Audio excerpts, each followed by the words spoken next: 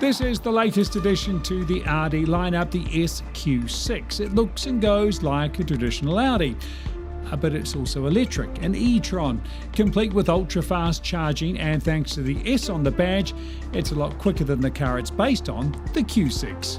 And now it's time for our first drive. Welcome to the garage. Subscribe to see the first drives of New Zealand's newest and best cars driven on New Zealand roads and New Zealand conditions.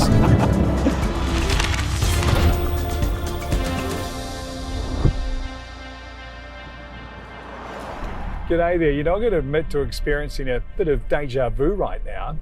Yes, we're driving the new SQ6, but it's based on the Q6 e-tron, which doesn't seem that long ago that we drove it. I checked, it's actually back in last November. There it goes now, the blue one, and it left a strong impression, not least because Q6 was the vanguard of Audi's new model Assault. So now, after driving a raft of new Audis, it's a big year for Audi with lots of new models. We look back to the SQ6 version of the Q6, the more powerful, faster, up-spec'd version of a car that I raved about. In fact, here's what I said back then. Speaking of power, this S-Line Quattro comes with 285 kilowatts and will accelerate from 0 to 100 in 5.9 seconds. So there is whoosh as well as the waft, but Audi haven't fallen into the trap of chasing headline 0 to 100 figures, although there is an RS version coming of this car, so I'll just say wait and see on that. But in the same way that they've avoided making this look like an EV, they've avoided chasing those headline figures. Yeah, it sounds like I drank the Kool-Aid, but I really did feel that Audi were on point with the Q6, and I still do. But then Audi have now gone and given in to their primal urge to add letters and power. Because the SQ6 has a serious power bump up to 360 kilowatts now. That's 483 brake horsepower. And as a result, it's a lot faster. This car will hit triple figures in 4.4 seconds.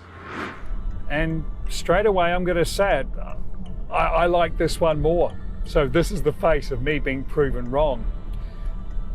That said though, you can click on the screen right now to watch the Q6 drive, because the truth is this is based on the Q6. Things like space and the general layout are exactly the same.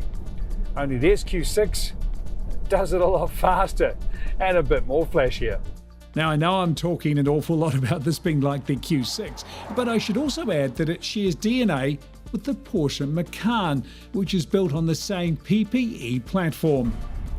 So genetically, this car has, well, struck the jackpot, and that goes for looks too. Aside from badges and brakes, the S-Factor can be hard to spot, but look a little closer. You get SQ roof rails and mirrors, and those 21-inch wheels are standard and they're wider at the rear than at the front. That's a hot rod trick. And combine that with air suspension, which is standard on the SQ. And this is a genuine performance SUV. And not just for an EV, there's no excuses here. It is quick, full stop. And that's pretty important. You see, you don't just get red hot acceleration, then go cold on the corners. Not a chance. The SQ6 loves corners. It's not just dynamically impressive, there's a real edge to this car. I'll show you. There's actually a punch when you give it the gas. And that engine sound is quite cool. I'm not normally a fan of those fake engine sounds. Okay, it's not like having a great V8 right in front of you. But this car feels and sounds alive. The most powerful impression remains the styling, from the new gen grille to the shoulder line, those creases, and like I said with the Q6, the tail is perfectly resolved and capped off with Audi's LED light show, which happens at both ends. Just like the Q6 e-tron, the SQ6 has a 100 kilowatt hour battery, and that gives up to 580 kilometers of WLTP range, which is more, I should note, than the Q6 Quattro.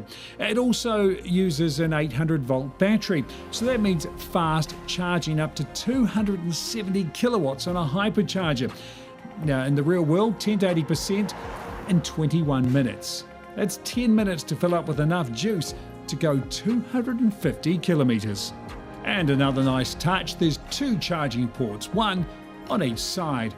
So those short, heavy hypercharging cables won't catch you out when there's one of those ultra slow charging Nissan Leafs hogging the best spot. And like the Q6, this has new gen motors. They're 20% lighter, and they've got clever regen, which means 95% of the braking process is handled by electrics. Which means those flash looking SQ brakes will have a pretty easy life. You can find out more about this car or any of the great range of Audis at Giltrap.com, home to more than 1,000 of the world's best cars, where you can browse, compare, finance and purchase all online. Aside from all the SQ touches, including these awesome Audi sports seats and Bang & Olufsen audio coming as standard, most of what you see and work with comes in other Q6s, including the passenger screen and voice activation that knows 800 different commands. And as we discovered on the Q6, their voice recognition knows where you're sitting, so the driver is in ultimate control. Speaking of control too, I reckon the best heads-up display on the market. Everything's there, along with a complete array of safety systems to keep you out of every kind of trouble. Should you somehow manage to get into trouble, and trust me, in this car, it's pretty hard, there are 9 airbags to look after you. The tech on the move is slick, intelligent light displays, and that screen I talked about means the passenger can watch YouTube on the move. Now, the driver can't see that screen, obviously, but there is something in the driver's favour, not just the voice command preference, but also the speakers in the front headrests. In the case of the driver, you get the personal sound zone, so navigation commands come straight to your ear. So the other passengers don't know you're getting told where to go. And that also goes for phone conversations, which only you can hear what's being said. Now, wireless charging is standard, but it can have a downside when your phone moves and stops charging. This car, though, clamps the phone in place. Nice move. Hey, speaking of storage, the boot, 526 litres and 1,529 with the rear seats down, plus a 64-litre frunk, the same as the Q6. So the difference over the Q6 is, well, subtle and not so subtle. You get more power, more grip, better seats, better sound. And when you add it up, the 15K price difference from the Q6 Quattro to this SQ6 makes this a bit of a bargain. It's like you're going from a standard V6 to a twin-turbo V6, only the twin-turbo has better fuel economy. Better range. That said, this could pass for an ICE-powered car, and that remains a major strength of SQ6 and Q6 for that matter. I'm not trying to be lazy here, but I'm going to paraphrase what I said after driving the Q6. At least I'm not using AI to write this. But you see, here's the thing, Audi have done it again. They've created an EV that, well, just drives like a traditional Audi. And thanks to things like fast charge, ultra fast charge, and that big battery, you get none of the EV anxiety. So what you're left with, well, it's just a great Audi. And in the case of the SQ6, well, greater still.